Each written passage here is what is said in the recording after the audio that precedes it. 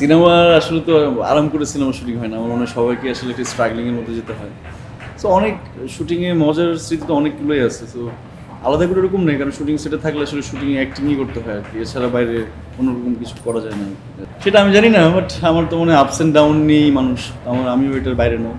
So এখন খুব ভালো লাগতেছে যে সিনেমাগুলো করে আসছিলাম অনেক আগে, ওরা সবাই আসলে সিনেমাটা হলে রিলিজ দিল, এখন সিনেমার প্রমোশন নিয়ে আছি, মানুষকে সাথে কথা বলছি আসলে কেমন লাগছে সিনেমাটা, সবাই খুব অ্যাপ্রিসিয়েট করছে, এই তো ওইভাবে চলে যাচ্ছে। 3টা সিনেমাতেই 3 ধরনের এফোর্ট ছিল আমার, যথেষ্ট টাইম দিয়েছি আমি, অনেক লম্বা টাইম ধরে আসলে কাজল এসে শুটিং করেছি, লম্বা টাইম ধরে আমি দেলের এসে শুটিং করেছি, আরেকটা লম্বা টাইম ধরে আমি ওমরের সাথে ইনভলভ ছিলাম। তো আমার মনে হয় যে প্রেমের জায়গায় বলি আর ইমোশনাল জায়গায় বলি যে 3টা সিনেমা আমার জন্য খুবই গুরুত্বপূর্ণ, এবং আমার মনে হয় যে 3জন সিনেমার 3টা ফিল্ম মেকারই আসলে খুবই দারুণ, মানে I really enjoy to work with them.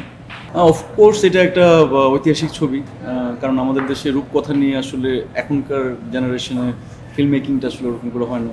আমরা যখন আসলে ছোটো ছিলাম তখন শুনতাম যে আসলে আমাদের এই মিথ নিয়ে বা আসলে ফ্যান্টাসি সিনেমা হতো অনেক, তো অনেকদিন পরে আসলে রূপকথার কোনো সিনেমা আবার বাংলাদেশে কেউ বানালেন, সেলিম ভাই।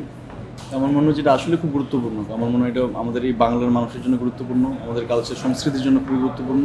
আর এই সিনেমাটা আমার মনে হয় যে একটা লোককথা বা লোকসাহিত্যের অন্যতম একটা দলিল হয়ে থাকবে অনেকদিন ধরে। সেটা ভালো লাগে তো আসলে 3টা সিনেমা থেকে একজনের আসলে এক একটা জিনিসই ভালো লাগবে। সো আমার কাছে ভালোই লাগছে যে আসলে আলাদা করে যখন আসলে স্পেসিফিকলি কোনো সিনেমার জন্য আমাকে আলাদা করে অ্যাপ্রিসিয়েট করা হচ্ছে, ওটা আমার খুব ভালোই লাগছে, আমি এটা এনজয় করছি। আই ওয়ার্ক হার্ড, আমার কাজটা করতে ভালো লাগে, আমার সিনেমা লাইট অ্যাকশন এগুলো খুব পছন্দ। তো সব কিছু মিলে আমার আসলে যেহেতু এই জায়গায় আমি অনেক বেশি টাইম দিই, আমার মনে হয় যে এটাই আমাকে অ্যাট্রাক্ট করে, যার কারণে আমি আবার হয়তো ব্যাক টু ব্যাক অনেকদিন পরে হলেও আবার সিনেমা নিয়ে আসি। তো আপস অ্যান্ড ডাউন সবার লাইফেই থাকে, আমার মনে হয় এটার থেকে আমি আগে বলছি যে এটার বাইরে আমি না।